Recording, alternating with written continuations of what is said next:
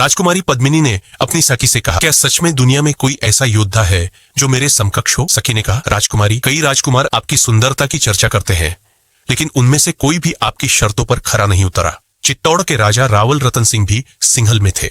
उन्हें पद्मिनी की सुंदरता और बुद्धिमत्ता की कहानियां सुनने को मिली। उन्होंने विवाह का प्रस्ताव रखा। रावल रतन सिंह ने कहा, मैं इस प्रतियोगिता के लिए तैयार हूं। राजा गांधर सेन ने कहा, जो भी इस प्रतियोगिता में विजयी होगा वही मेरी पुत्री से विवाह करेगा। युद्ध कौशल और रणनीति की परीक्षा हुई। रावल रतन सिंह ने अपने पराक्रम से प्रतियोगिता जीत ली। रानी पद्मिनी ने कहा, मैं आपके साथ चित्तौड़ जाने के लिए तैयार हूं। जो उन दोनों का विवाह हुआ और वे चित्तौड़ लौट गए। राजमहल के सिंहासन कक्ष में दरबार लगा था। तभी एक सैनिक दौड़ता हुआ आया। सैनिक ने कहा, महाराज, दिल्ली के सुल्तान अलाउद्दीन खिलजी ने संदेश भेजा है। रावल रतन सिंह ने कहा, क्या लिखा है संदेश में? गौरा सिंह ने कहा, सुल्तान कहता है कि वह चित्तौड़ से युद्ध नहीं चाहता, बस रानी पद्मिनी के सौंदर्य की एक झलक देखना चाहता है। दरबार में सन्नाटा छा गया। राजपूत योद्धा गुस्से में भर उठे। एक दरबारी ने कहा, यह अस्वीकार्य है। एक राजपूत रानी किसी बाहरी को दर्शन नहीं दे सकती। दूसरे दरबारी ने कहा, लेकिन अगर हमने इनकार किया तो खिलजी युद्ध छेड़ देगा। सभी की नजरें रानी पद्मिनी की ओर गईं। वे शांत लेकिन गंभीर थीं। रानी पद्मिनी ने कहा, अगर युद्ध टालने के लिए खिलजी को मेरे दर्शन चाहिए तो उसे केवल मेरा प्रतिबिंब देखने दिया जाएगा। रावल रतन सिंह ने कहा, यह उचित है। किले की झील के पास दर्पण लगाए गए जिनमें खिलजी को रानी पद्मिनी का प्रतिबिंब दिखाया गया। खिलजी ने कहा, अलौकिक सौंदर्य यह केवल देखने के लिए नहीं, पाने के लिए होता है। खिलजी ने मन ही मन चित्तौड़ को जीतने की ठान ली।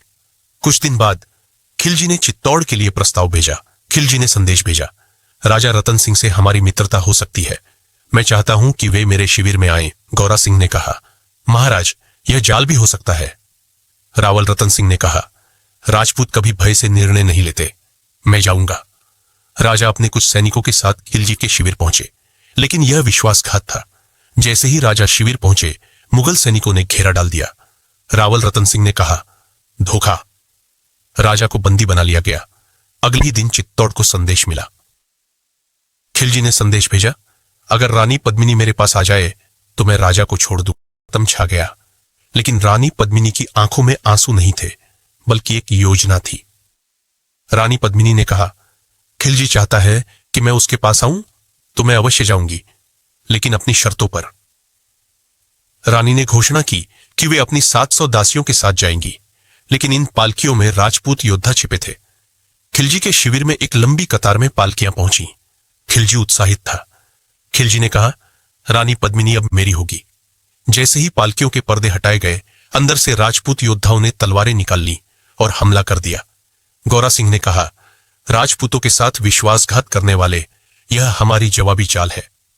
भीषण युद्ध हुआ। राजा रतन सिंह को मुक्त कराकर राजपूत वापस चित्तौड़ लौट आए। रावल रतन सिंह ने कहा, चित्तौड़ के लिए अब आखिरी युद्ध निश्चित है। खिलजी इस अपमान से तिलमिला उठा और अपनी पूरी सेना के साथ चित्तौड़ पर हमला कर दिया। चित्तौड़ का किला चारों ओर से घिर चुका था। राजपूतों ने अपनी अंतिम लड़ाई लड़ी। रावल रतन सिंह ने कहा, हम जीतें या हारें, लेकिन चित्तौड़ झुकेगा नहीं। महल में रानी पद्मिनी ने बाकी महिलाओं को इकट्ठा किया। रानी पद्मिनी ने कहा, हम अपने शरीर को पराजित कर सकते हैं, लेकिन अपनी आत्मा को नहीं। यह अग्नि हमारी शुद्धि है। महल के अंदर जौहर की चिता जला दी गई। हजारों महिलाओं ने आत्म बलिदान कर दिया। उधर राजा और राजपूत योद्धाओं ने अंतिम सांस तक युद्ध किया। गौरा सिंह ने कहा, राजपूत केवल खून से हार लिखते हैं।